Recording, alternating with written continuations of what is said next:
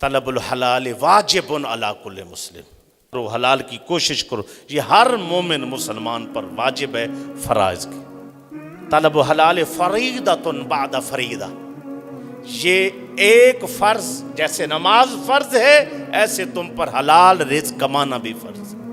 اگر حضرت علی کرم اللہ جتنے بڑے عہدے پر پہنچ کر تو یہودیوں کے باغ میں پانی پلاتے ہیں تاکہ مزدوری ملے اور بچوں کا پیٹ پالے۔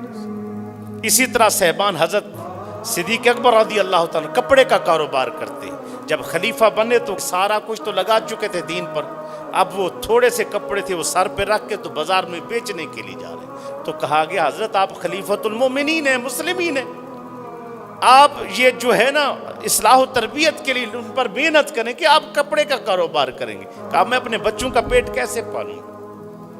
تو کہا اچھا آپ اس کی فکر چھوڑ دیں۔ تمام ساتھیوں کو اکٹھا بٹھا کے مشاورت کی گئی، مشورہ کیا گیا کہ حضرت یہ ذمہ داری سنبھالیں گے اور ان کے گھر کے اخراجات اور وہ چیزیں ہمارے ذمہ آ گئی۔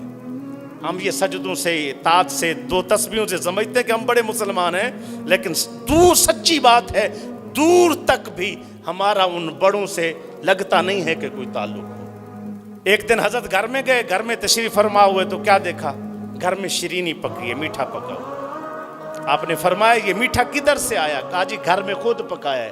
کہا پیسے کدھر سے آئے ہیں؟ تو آپ کی اہلیہ کہنے لگی جو آپ کو وظیفہ ملتا اس سے میں نے تھوڑے تھوڑے پیسے جوڑے تھے۔ کہا کتنے کتنے؟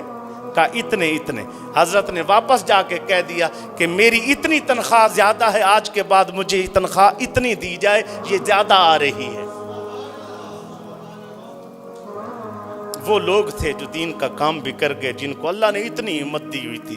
چلیں ہم اتنا کچھ نہ کر سکیں، کم و بیش اتنا تو کر لیں کہ جتنی مزدوری آپ لے رہے ہیں 800، 1000، 10,000، 20,000، 40,000 تنخواہ پہ، لاکھوں روپے تنخواہوں پہ آپ بیٹھے ہیں، اگر آپ کو مل رہی ہیں تو آپ ان میں سے خرد برد نہ کریں، وہاں خرابیاں نہ کریں، بیٹھ کے جو آپ کو ذمہ داری دی گئی ہے اس کو مکمل طور پر جو ہے نا پورا کریں اور اپنا رزق حلال کر کے آئیں۔ حضرت ابن عباس رضی اللہ تعالیٰ عنہ کے پاس بندہ، کہتے ہیں قبر میں ڈالتے ہیں بندہ باہر نکل پڑتا ہے، ہم دفن کرتے ہیں بندے کو قبر باہر پھینک دیتی ہے۔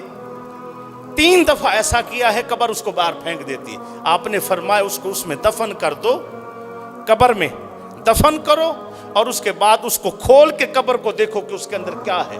جب وہ قبر کھولی کچھ دیر انتظار کیا، دفن نہیں کیا، دیکھا اس میں سانپ اور بچھو تھے باہر۔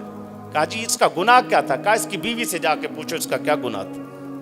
اس کی بیوی کے پاس گئے، کیا گناہ تھا؟ اس نے کہا اس کا گناہ تو مجھے تو اور کوئی خبر نہیں ہے، جہاں کام کرتا تھا اس سے پوچھیں، جس کے پاس مزدوری محنت کرتا وہ دکان تھی۔ اس مالک نے کہا اس کا اور گناہ کوئی نہیں، لیکن ایک اس کی عادت خراب تھی۔